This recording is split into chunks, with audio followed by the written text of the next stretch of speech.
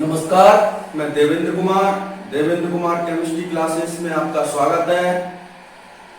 हम आज अगला टॉपिक पढ़ेंगे नॉर्मलता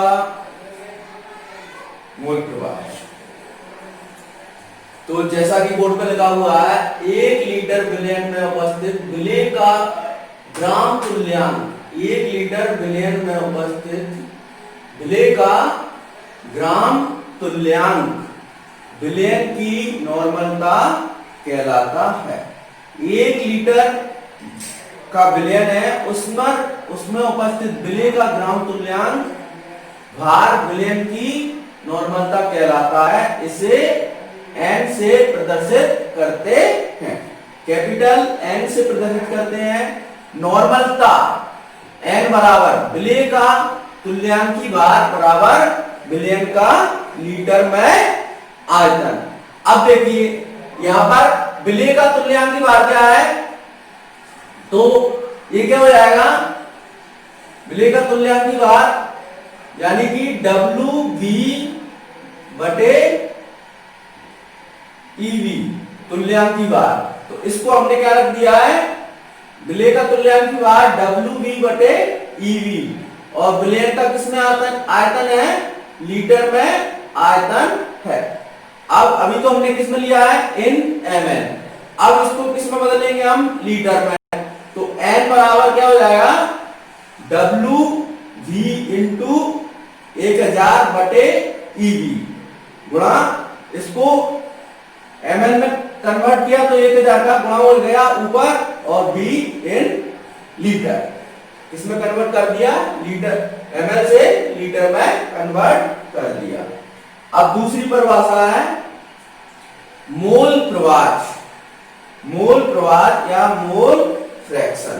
देखिए परिभाषा क्या कह रहा है, क्या कह रही है, किसी विलयन में किसी घटक का मोल प्रवाह, किसी विलयन में किसी घटक का मोल प्रवाह उनके मोलों की संख्या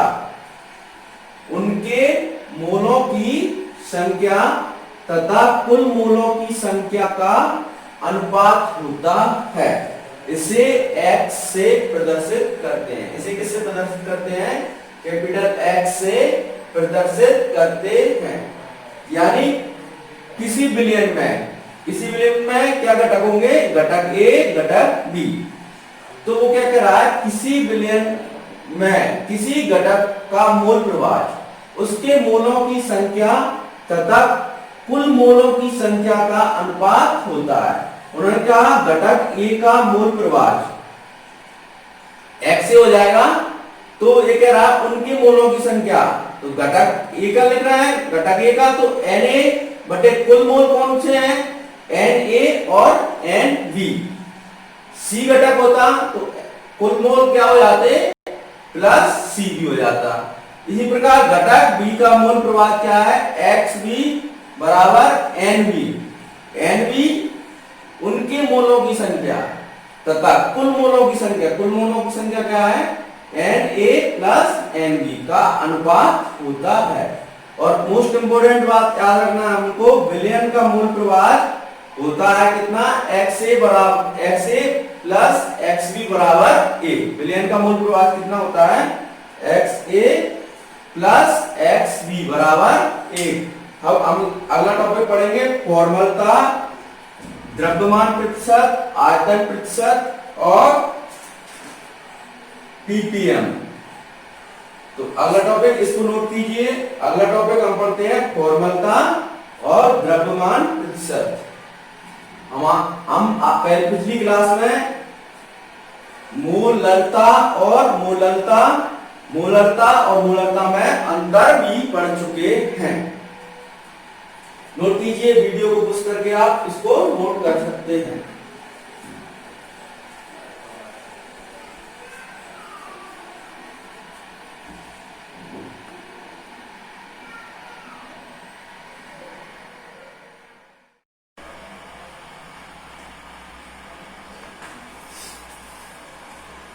अगला टॉपिक है हमारा फॉर्मलता।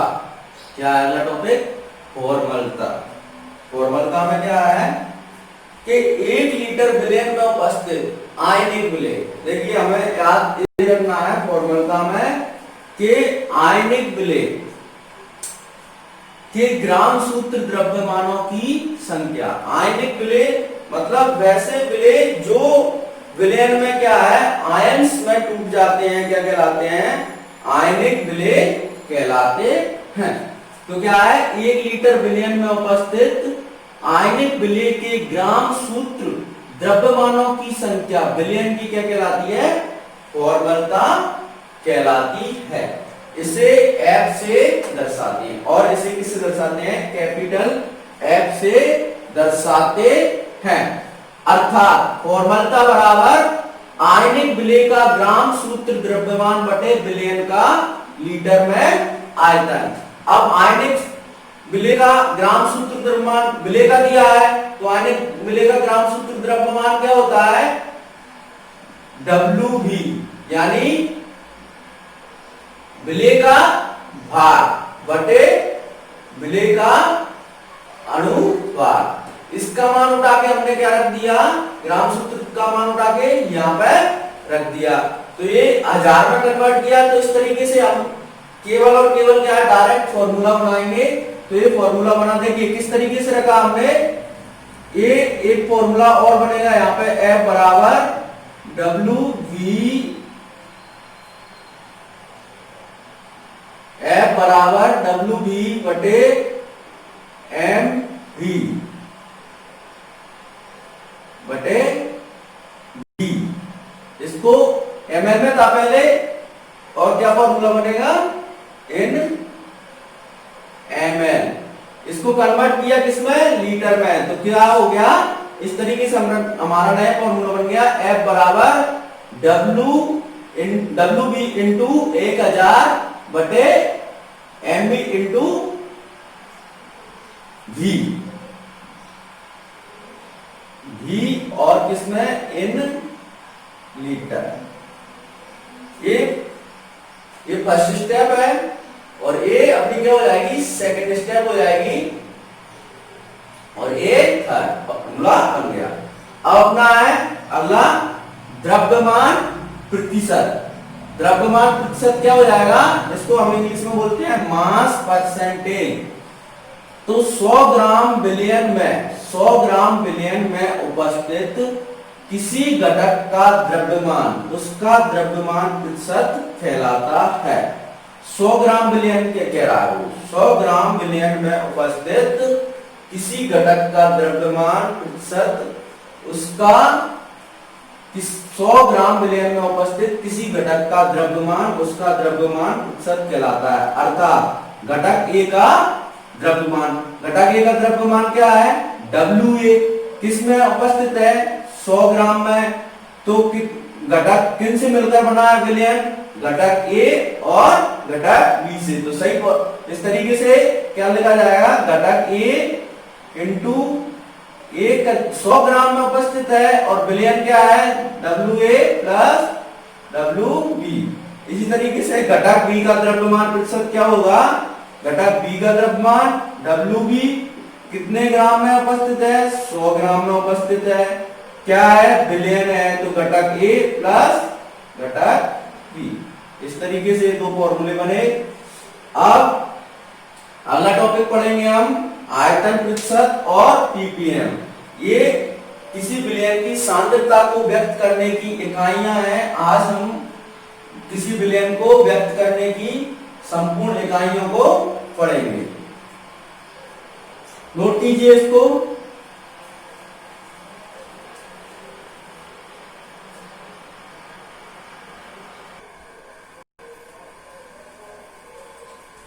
अगला टॉपिक हमारा रहेगा आयतन प्रतिशत और ppm। तो सबसे पहले हम समझते हैं आयतन प्रतिशत होता क्या है। जिस तरीके से हमने द्रव्यमान प्रतिशत पढ़ा था, उसी तरीके से हम क्या पढ़ेंगे, आयतन प्रतिशत पढ़ेंगे। 100 ml विलयन में उपस्थित, 100 ml विलयन में उपस्थित किसी घटक का ml में आयतन, किसी घटक का 100 ml विलयन में उपस्थित किसी घटक का ml में आयतन, उसका आयतन प्रतिशत कहलाता है। क्या कहलाता है? आयतन प्रतिशत कहलाता है। जबकि हमने द्रव्यमान प्रतिशत में क्या पढ़ा था कि 100 ग्राम विलयन में उपस्थित किसी घटक का द्रव्यमान उसका द्रव्यमान प्रतिशत कहलाता है। इसी तरीके से 100 ml विलयन में उपस्थित किसी घटक का ml में आयतन उसका आयतन प्रतिशत कहलाता है। आयतन को किससे? b से वॉल्यूम लिखते हैं तो घटक A का आयतन, घटक A का आयतन प्रतिशत, घटक A क्या है? BA, घटक A क्या रहेगा? BA किसमें है? 100 ml में उपस्थित है और क्या है? विलयन है। विलयन किससे बनकर बनता है? WB और WA और WB। तो ये किसमें हो रहा है? विलयन में आयतन। तो आयतन प्रतिशत का फॉर्मूला A है, घटक A के लिए पूछा जाता है, घटक B का आयतन प्रतिशत, तो A बनेगा WB कितने में है? 100 ml में है और विलयन है कितना है? WA और BA और BB। इस तरीके से बनेगा। तो घटक A का आयतन प्रतिशत, ये वाला फॉर्मूला, घटक B का आयतन प्रतिशत BA into 100 upon BA plus BB। अब इसी तरीके से क्या करते हैं हम? PPM पार्ट्स पर मिलियन। सबसे पहले मिलियन का अर्थ समझते हैं। मिलियन बराबर होता है 10 लाख। मिलियन बराबर क्या होता है? 10 लाख। 1 मिलियन बराबर कितना होता है?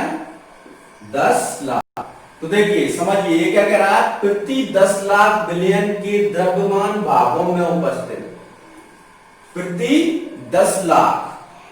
पहले हम किसमें कर रहे थे? 100 में कर रहे थे। अब ये क्या कह रहा है? प्रति 10 लाख बिलियन के द्रव्यमान भागों में उपस्थित किसी घटक का द्रव्यमान भाग उस घटक का क्या कहलाता है? पीपीएम कहलाता है। इस इकाई का प्रयोग उन घटकों की सांद्रता बताने में किया जाता है जिसकी सांद्रता बहुत कम होती है। जैसे कि किसके में प्रयोग किया जाता है इसका? जैसे जल है, जैसे जल है, जल में उपस्थित ऑक्सीजन की सांद्रता को व्यक्त करने के लिए इस इकाई का प्रयोग किया जाता है। जल में उपस्थित ऑक्सीजन की सांद्रता किसमें व्यक्त की जाती है? पीपीएम में व्यक्त की जाती है। जल में उपस्थित, तो ये क्या कह रहा है? प्रति 10 लाख बिलियन में, बिलियन के द्रव्यमान भागों में उपस्थित किसी घटक का द्रव्यमान भाग उस घटक का पीपीएम कहलाता है। इस इकाई का प्रयोग उन घटकों की सांद्रता बताने में किया जाता है जिसकी सांद्रता बहुत कम होती है। तो जैसे जल में ऑक्सीजन की सांद्रता पीपीएम में व्यक्त की जाती है। जल में ऑक्सीजन की सांद्रता किसमें व्यक्त की जाती है? पीपीएम में व्यक्त की जाती है। तो घटक ए का पीपीएम, घटक ए का द्रव्यमान इंटू 10 लाख। 10 लाख को हमने किस तरीके से लिख दिया है? 10 पे घात 6। 10 लाख देखिए 1 2 इकाई ढाई सैकड़ा हजार 10,000 लाख और 10 लाख। तो इस तरीके से 6 जो शून्य है तो हमने क्या लगा दिया? 10 पे घात 6। तो ये क्या हो गया? 10 लाख। पहले 100 गुणा कर रहे थे हम यहाँ पे। अब घटक ए का द्रव्यमान इंटू 10 पे घात 6 बिलियन का कुल आयतन। इस तरीके से घटक बी का पीपीएम क्या होगा? घटक बी का द्रव्यमान इंटू 10 लाख बिलियन का कुल आयतन। इस तरीके से किसी बिलियन की सांद्रता को व्यक्त करने की हमने संपूर्ण इकाइयां पढ़ ली है। अगर कोई परेशानी है तो प्लीज कमेंट करें और आप मेरे नंबर पर कॉल करके भी पूछ सकते हैं। जो भी समस्या हो उसका समाधान कर सकते हैं। मेरा नंबर है 9753309811। मुझे उम्मीद है कि आपको ये पूरा अच्छी तरीके से समझ में आया होगा, और वीडियो को लाइक, शेयर और सब्सक्राइब जरूर करें, इसको नोट करें। धन्यवाद।